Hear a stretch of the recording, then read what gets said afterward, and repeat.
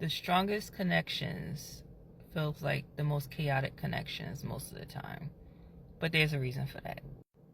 I get so many bookings from people who book with me because they hit a wall in this connection that they have with somebody.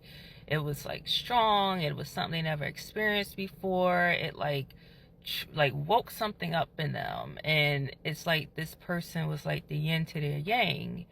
And then when it doesn't go the way that they thought it would go, it like really throws them off their course.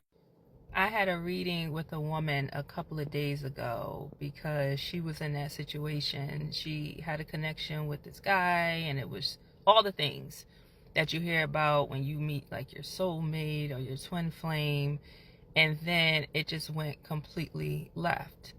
And it kind of like it threw her off, because the assumption is when you finally meet this person that makes you feel like that and the feeling is mutual, it's supposed to last forever. But because I can get into the deeper layers of the dynamics of what's going on, I can actually see what was happening. And she wasn't crazy. Like, it was definitely a mutual feeling. It was definitely a mutual connection. But the dynamics of it was more so she carried a lot of abandonment issues, and so did her soul connection.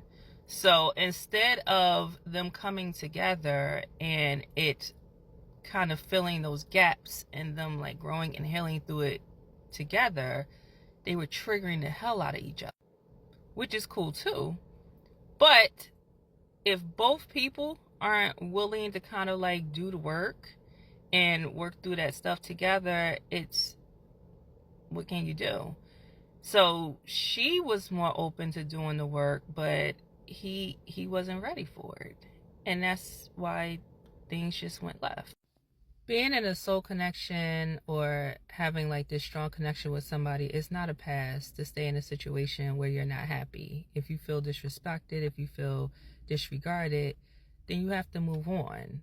And it doesn't mean, okay, this was my one and only shot to find my person. There are other soul connections.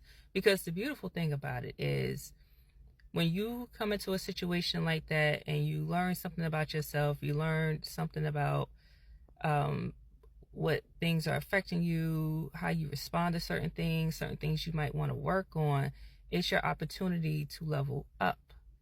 And if that person chooses not to do it, then that's their business. You have to worry about what you're doing. But once you level up, now you have an opportunity to attract another connection that can and will meet you where you are.